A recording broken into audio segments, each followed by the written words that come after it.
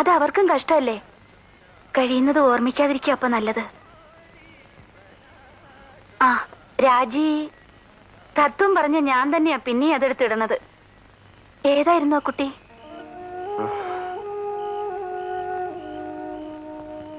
വേണ്ട, ഒന്നും പറയണ്ട. കൂപ്പിൽ ഞങ്ങളുടെയൊക്കെ സ്വന്തമായിരുന്ന ഒരു കണാരേട്ടനുണ്ടായിരുന്നു. കണാരേട്ടന്റെ മോളെ രാജി. 3 കൊല്ലം ഞാനവിടെ പണിയെടുത്തു. വലിയ ഇഷ്ടായിരുന്നു അല്ലേ? ഇപ്പൊ കല്യാണം കഴിച്ചിരിക്കായിരുന്നു. മരിച്ചിട്ടില്ല അച്ചാലല്ലേ? കല്യാണം കഴിച്ചു ഞങ്ങള്. എന്നിട്ടാ മരിച്ചത്? കല്യാണം കഴിഞ്ഞ അന്ന് തന്നെ, അന്ന് രാത്രി. എന്റെ ഈശ്വരാ,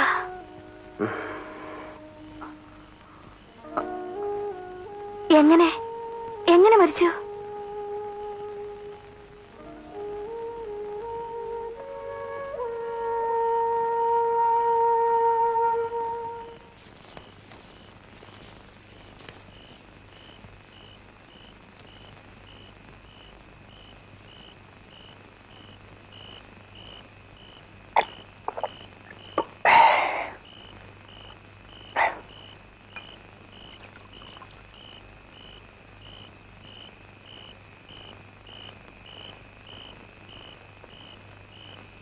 ബാലൻ ഉറങ്ങിയില്ല അല്ലേ? ഇല്ല. രാത്രി ഇക്കാലത്ത് ഒരു ഈറൻ കാറ്റുണ്ട്. ദേ ഇതുകൂടെ പൊതിച്ചോളൂ, നല്ല ചൂടുണ്ട്. രാഘവൻ അവരാച്ചന്റെ അവിടെ കിടന്നുണ്ടാവുന്ന തോന്നണേ. ഞാൻ അങ്ങാടിയിൽ വെച്ച് ഈ രാഘവനെ ആദ്യം കാണുമ്പോ വെളിച്ചം കണ്ടാ പേടി, ആളുകളെ പേടി, അറിഞ്ഞ തത്വജ്ഞാനം ഒക്കെ പറഞ്ഞ് പാറ ചേറാക്കി നിർബന്ധിച്ചിട്ടാ ഞാൻ ഇയാളെ ഇങ്ങോട്ട് കൊണ്ടുവന്നത്. ഒക്കെ ഒരു നിമിത്തമെന്ന് പറയാം. പിന്നെ ബാലൻ സുഖമായി പോണതിന് മുമ്പ് മറ്റേ കാര്യം ഒന്ന് അന്വേഷിക്കണം. നാട്ടിൽ വല്ലവരോടും ചോദിക്കാനുണ്ടോ രാഘവന്? വേറെ വല്ല ആലോചനയും നടത്തിയിട്ട് പോരെ? ഉദ്യോഗവും കോപ്പും ഉള്ളവരാരും ഇവിടെ പെണ്ണ് തെരഞ്ഞു വരുമെന്ന് മോഹിക്കാൻ വയ്യല്ലോ ബാല. അമ്മ കീഴ്ക്കാവ് വാര്യത്തെ എന്ന് പറയാം, പേരുള്ള വീട്, ആൾക്കാര്. പക്ഷെ ഞാൻ ആരാന്ന് ചോദിച്ചാൽ പാണൻ ചങ്കന്റെ മകൻ നാണൂന്നല്ലേ പറയാൻ വയ്ക്കൂ. ഇങ്ങനെ ഒരാൾ വന്ന് പെട്ടപ്പോ അതും ഒരു നിമിത്താന്ന് കണക്കാക്കണ്ടേ? വേണ്ടേ? ഹോ ഗുരുവായൂരപ്പാ, ഓരോന്ന് ആലോചിച്ച് ഉറക്കേ വരണില്ല.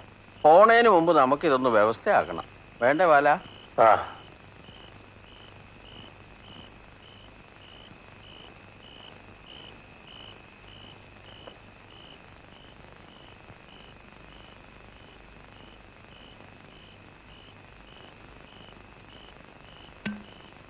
അച്ഛാ വേണ്ട.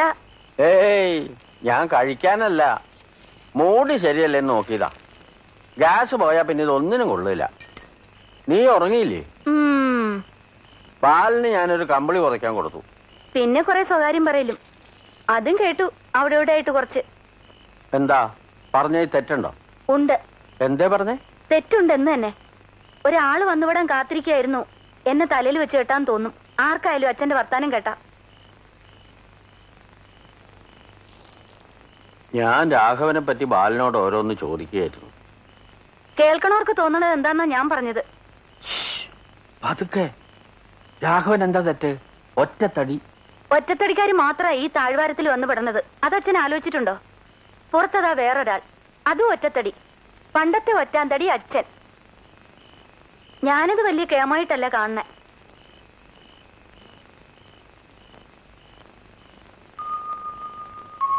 വേറൊരു വീട്, ആൾക്കാര്, സ്വന്തക്കാര്, അതത്ര മോശമുള്ള കാര്യമെന്ന് എനിക്ക് തോന്നിയിട്ടില്ല. എനിക്കും ആളുകളായിട്ട് കൂടി കഴിയണമെന്നുണ്ടാവില്ലേ? അല്ല, അവന്റെ ചുറ്റുപാട് അങ്ങനെ ആയി പോയി എന്നല്ലാതെ. അച്ഛനെ മിണ്ടാതൊരു ഭാഗത്തിരുന്നോളൂ തൽക്കാലം. ഇപ്പൊ തന്നെ കൈവശം ചാർത്തി കിട്ടിയ മാതിരി ഉണ്ട് ഇടയ്ക്ക് അയാളുടെ ഓരോ നോട്ടവും വർത്താനവും. കല്യാണം കഴിക്കാൻ ആഗ്രഹിച്ച് നടക്കുമ്പോ അങ്ങനെ ഓരോ കളിതമാശയൊക്കെ പറയും. അതത്ര കാര്യാക്കാനുണ്ടോ? നീയും കളി പറയാറില്ലേ? നാളത്തെ അയലൊക്കെ അല്ലേച്ചിട്ട് ലോഹ്യം കാട്ടണു. അതാരായാലും ചെയ്യണ്ടേ? വിശന്നിരിക്കണവർക്ക് ചോറ് കൊടുക്കണമെന്ന് പണ്ട് അമ്മ പഠിപ്പിച്ചതും ചെയ്യുന്നു. വേറെന്താ? എന്താ അവനൊരു തെറ്റ്? ഒരു തെറ്റും ഉണ്ടാവില്ല.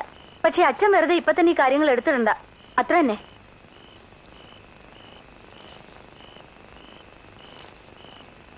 രാമനാരായണ രാമനാരായണ രാമനാരായണ.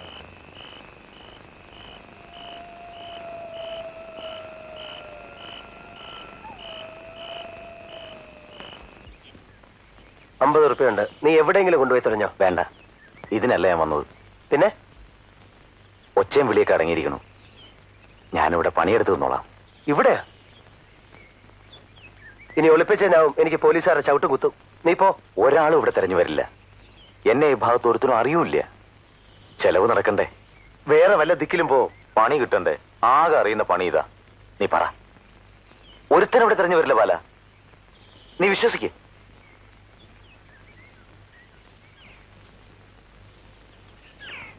ഒരു കിളുന്ത് പെണ്ണിന്റെ മിന്നാട്ടം കണ്ടല്ലോ പീഡിയയില്. കഴുത്തിൽ കയറ് വീഴുന്നത് എപ്പോഴാന്ന് അറിയാണ്ടിരിക്കുമ്പോഴും വിടക്ക് സ്വഭാവം വിടില്ല അല്ലടാ. ഞാൻ വെറുതെ പറഞ്ഞല്ലേ. ഓ, നീ പണ്ട് പറഞ്ഞത് പെണ്ണ് ഇതല്ലേ? അല്ല ബാല, വീടിയുണ്ടോ? ഇല്ല.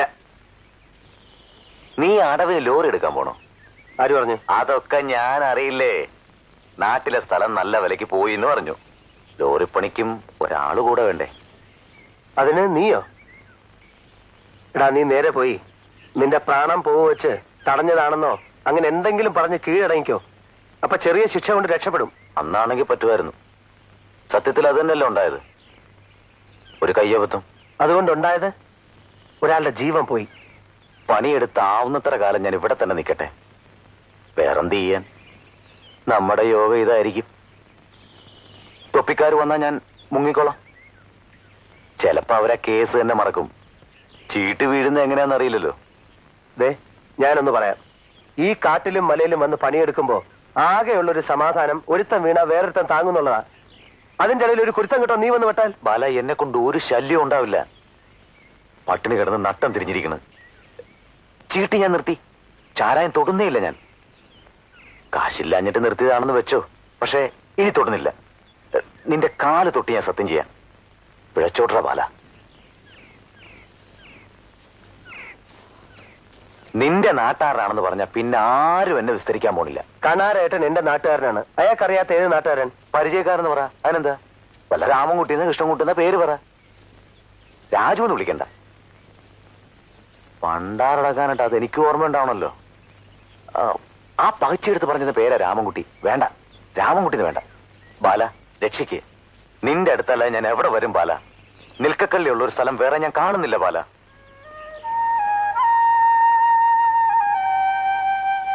മര്യാദയ്ക്ക് പണിയെടുത്ത് ഇവിടെ നിന്നില്ലെങ്കിൽ മിനിറ്റ് വെച്ച് കയ്യും കാലും കെട്ടി എത്തിക്കേണ്ടടുത്ത് എത്തിക്കും, ഉറപ്പ്.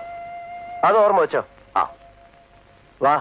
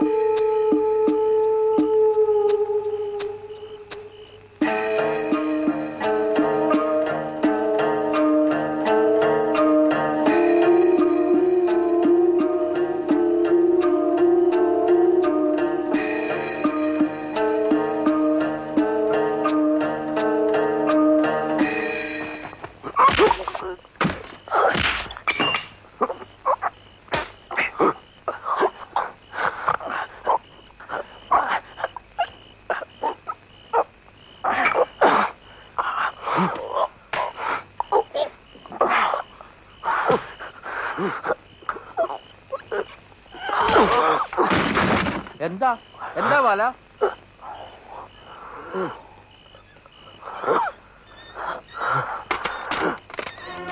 എന്താ എന്താ ഒരു ശബ്ദം കേട്ടത്?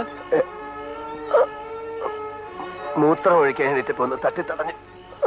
വീണോ? വല്ലതും പറ്റിയോ? എന്നെ വിളിക്കായിരുന്നില്ലേ? ഞാൻ ഇപ്പൊ അങ്ങോട്ട് മയങ്ങിയിട്ടേ ഉള്ളൂ.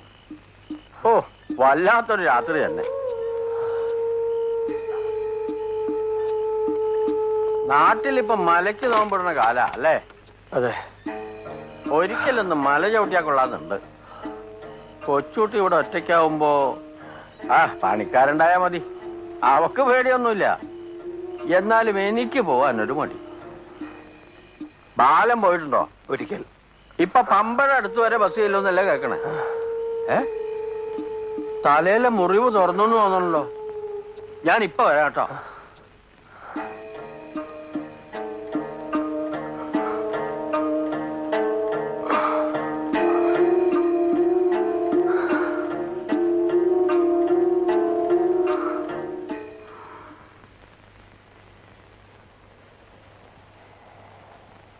മൂത്തോരങ്കാവിലെ പൂസയുണ്ട്. പൂശ ഉണ്ടാവട്ടോ, അത് അന്നല്ലേ. അതിനിപ്പോഴേ എല്ലാരും കൂടി പണിയും കളഞ്ഞ് കുടി കയറിയിരിക്കുക. രാഘവ, രാഘവ, രാഘവ, ഇതെന്തുറക്കാടോ? താൻ ഇന്നലെ ഏത് പാതിരിക്കാ വന്നത്? ഞങ്ങളാരും അറിഞ്ഞില്ലല്ലോ. ഞാൻ അവരാച്ചന്റെ അടുത്ത് പെട്ടു അല്ലേ? എനിക്ക് അപ്പോഴേ മനസ്സിലായി.